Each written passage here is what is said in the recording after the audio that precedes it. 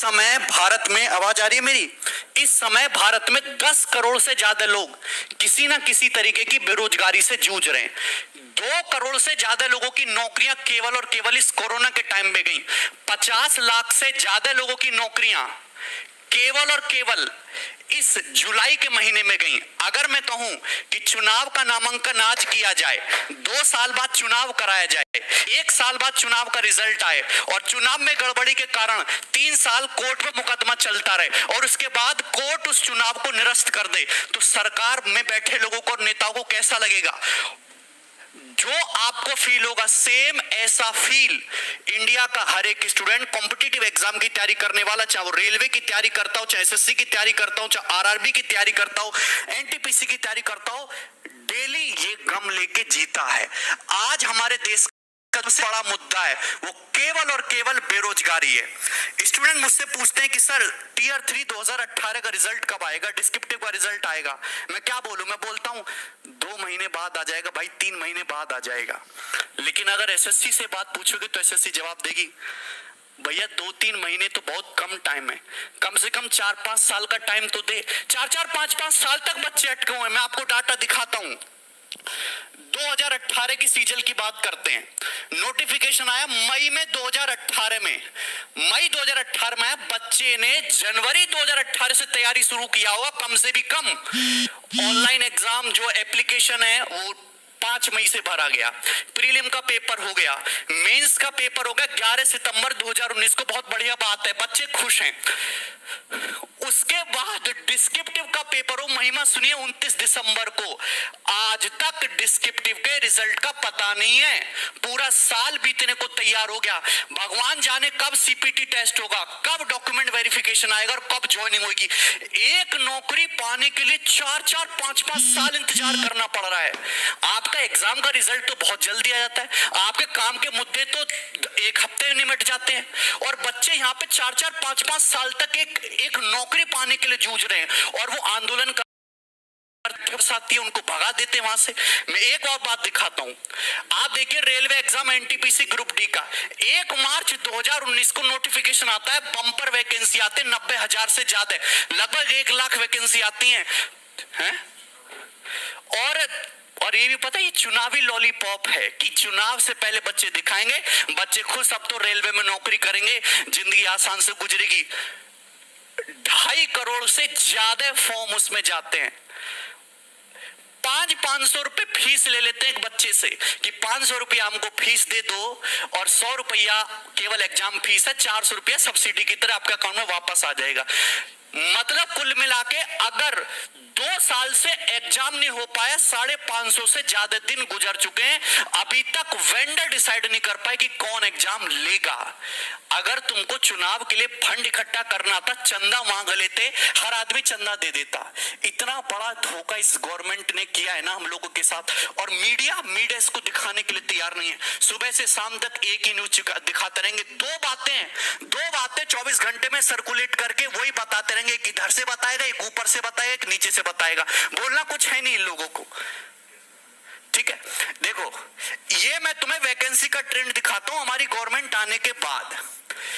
आपको दिखाई दे रहा है साफ साफ, एसएससी सीजीएल 2012 में 16,000 वैकेंसी। आप देखिए गिरावट किस तरीके से होती है। 13 में 16,114, 2014 में आते ही 15,000, 2015 में 8500, 16 में 10,000, 17 में 8,000, 11,000 और ये 8,000। मतलब वैकेंसी आधी हो गई और एग्जाम क्लियर करने का समय दुगना हो गया। आईबीपीएस पीओ की वैकेंसी देखो 2013 से लेकर 2020 तक, अरे 21,000 वैकेंसी से 1200 वैकेंसी तक गिर गए तुम, और लोग कहते हैं वाह मोदी जी वाह। हम नौकरी की बात करते हैं तो कुछ लोग कहते हैं, गवर्नमेंट के सपोर्टर कहते हैं इस साल नौकरी मांग रहा है, ये एंटी नेशनल है, अर्बन नक्सल, इससे हिंदू खतरे में, इसको जेल में डालो। भैया हम नौकरी मांग रहे, जो भी मुद्दे हैं आप करते रहो साइड बाई साइड, हम एंटी नेशनल नहीं है। राजद्रोह और देशद्रोह में बहुत फर्क होता है मेरे भाई। हमको नौकरी चाहिए। एक जो बेरोजगार युवा होता है उसकी बहुत छोटी सी दुनिया होती है। वो लाख करोड़, 2 लाख करोड़, 3 लाख करोड़ के फंडे में नहीं घुसता। 35,000 40,000 रुपए उसके महीने की तनख्वाह आनी चाहिए, उसके घर में रोटी बननी चाहिए शाम से, है ना, आराम से। उसके पास इतने ही सपने होते हैं। इस सपनों को उससे छीनने की कोशिश, और गवर्नमेंट ने ये अभी लॉलीपॉप दे दिया आपको सीईटी का। कितनी भी अच्छी योजना सही, इसका कोई फायदा नहीं है। हमें सीईटी नहीं चाहिए, हमें एक ऐसा कमीशन चाहिए जिससे एग्जाम जल्दी हो। 1 से 1.5 साल में सारी प्रक्रिया खत्म करके हमारे हाथ में नौकरी और तनख्वाह दे। हमें ऐसा कमीशन चाहिए। सीईटी से बढ़िया ये होता कि जिन बच्चों का सीएचएसएल का पेपर अटका हुआ है, एनटीपीसी आरआरबी अटका हुआ है, एमटीएस लटका हुआ है, सीजल मेंस नहीं हो रहा टाइम से, आने वाले पेपरों का कुछ अता पता नहीं है, कि इन रुके हुए पेपर को जल्दी करा के बच्चों की ज्वाइनिंग दे।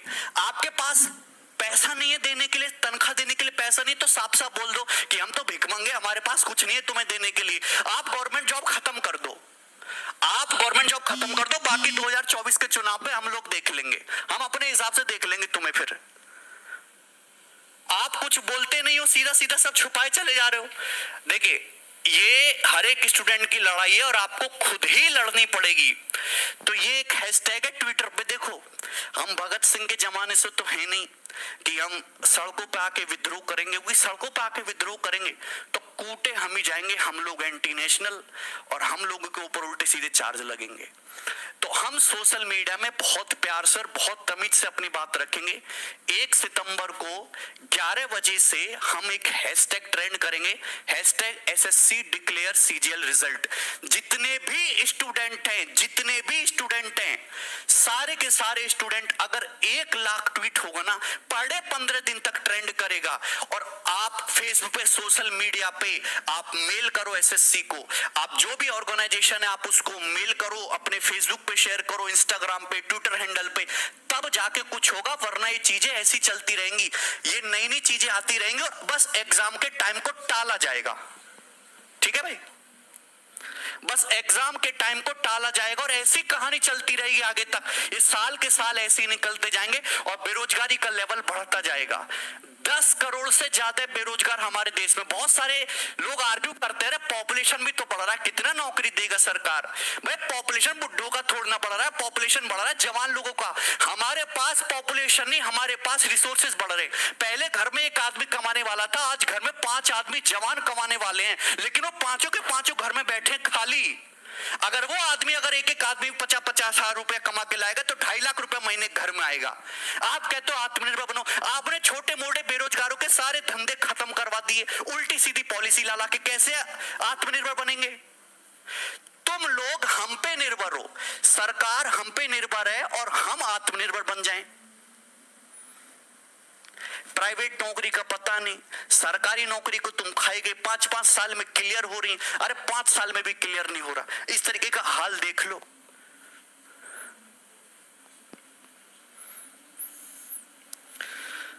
या सुबह से स्टूडेंट का मैसेज आता है, बार बार फोन आता है, कभी कभी तो ऐसे मैसेज भी आते हैं, सर 200 रुपया पेटीएम कर दो, 1000 रुपए सर डाल दो, कोर्स फ्री में दे दो, सर पढ़ना यहाँ अटके हुए हैं, पिताजी की जॉब चली गई, सर कोई टाइपिस्ट की जॉब दे दो, कंटेंट राइटर की जॉब दे दो। मैं क्या करूं, क्या कर सकते हैं?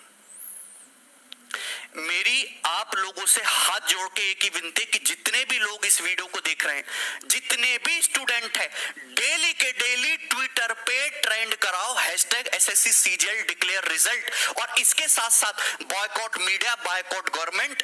आप जो भी आपके मुद्दे, उन मुद्दों को शांतिपूर्वक देश के सामने रखो, तभी आपकी बात सुनी जाएगी।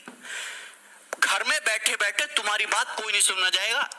सरकार को केवल अपने वोट बैंक खोने का डर है, उसके अलावा सरकार को और कोई डर नहीं है। तो उनको वो डर दिखाओ कि अगर ये बहाली नहीं हुई तो 10 करोड़ वोट अगले चुनाव में गए तुम्हारे सड़क पे ले आएंगे, तब तो लोग सुनेंगे, अदरवाइज तुम्हारे मुद्दों को कोई सुनने वाला नहीं है।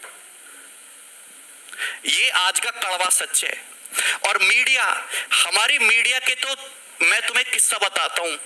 हमारी मम्मी गांव में रहती है, तो गांव में सीडी डीवीडी पे फिल्में देखते थे, न्यूज चैनल टीवी डिश नहीं लगा हुआ था। हम दिल्ली में आए, दिल्ली में शिफ्ट हुए, हमने यहाँ पे डिश लगवाया पहली बार, उस पे आज तक चैनल लगाया। तो कई दिनों तक मम्मी ने न्यूज सुना। फिर एक दिन मम्मी बोली, भैया गगन या को बंद कर दे और कान्हा जी के भजन लगा दे तू। ये तो बिके हुए लोग हैं। एक लेडी जो पढ़ी लिखी नहीं है, मेरी मदर, वो 4-5 दिन देख के, जिनको मैंने कभी नहीं बताया कि मीडिया ऐसे बिका हुआ है, रोज टुकड़ा जाता है वहां से सरकार से इनके लिए, और उनको ये पता चलेगा कि ये बिका हुआ लोग है, इसने अपना जमीर बेच रखा है। क्या तुमको नहीं दिखता? मीडिया सरकार की पॉलिसी की केवल वाहवाही करता रहता है। मोदी जी ने किसी आदमी को 200 रुपया दान दिया तो सरकार वाले दिखाएंगे, देखो कितना करारा नोट दिया है ना, कितना करारा नोट दिया, अब इससे बढ़िया खाना खाएंगे, इनकी ताकत आएगी, और उसकी इतनी गुणगान, उसकी इतनी वाहवाही कर देंगे ना कि क्या ही बताओ। और जो काम के मुद्दे हैं वो ऐसे कहीं ऐसे डुबक जाते, कोई दिखता नहीं। आज दिल्ली हाई कोर्ट ने, आज या 1-2 दिन पहले दिल्ली हाई कोर्ट ने मोदी गवर्नमेंट को फटकार लगाई, और फटकार में क्या सीधे सीधे शब्द बोले उन्होंने कि आपकी जितनी भी पॉलिसी हैं सब एक तरह के ढकोसला है, और ये सरकार पाखंड से घिरी हुई है। मोदी चोर है। दिल्ली हाई कोर्ट ने बोला, ये कोई मीडिया तुमको नहीं दिखाएगा कि ये सरकार की पॉलिसी पाखंड से घिरी हुई है।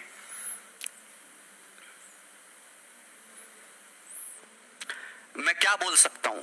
आप एसएससी कमीशन को मेल डालो, ट्विटर पे, फेसबुक पे, इंस्टाग्राम पे, सोशल मीडिया पे, यूट्यूब कमेंट पे एकदम आग लगा दो, फैला दो, जब ही तुम्हारी बात सुनी जाएगी। अदरवाइज तुम्हारी बातों को कोई सुनने वाला नहीं है। और एक बंदा अगर आवाज उठाता है ना, तो उल्टे सीधे मुकदमे लगा के उसको जेल में डाल देते हैं ये लोग। तो जब तक सारे लोग मिलकर आवाज नहीं उठाएंगे ना, कुछ होने वाला नहीं है, कोई सोल्यूशन नहीं निकलेगा। सोल्यूशन साथ में आके, हाँ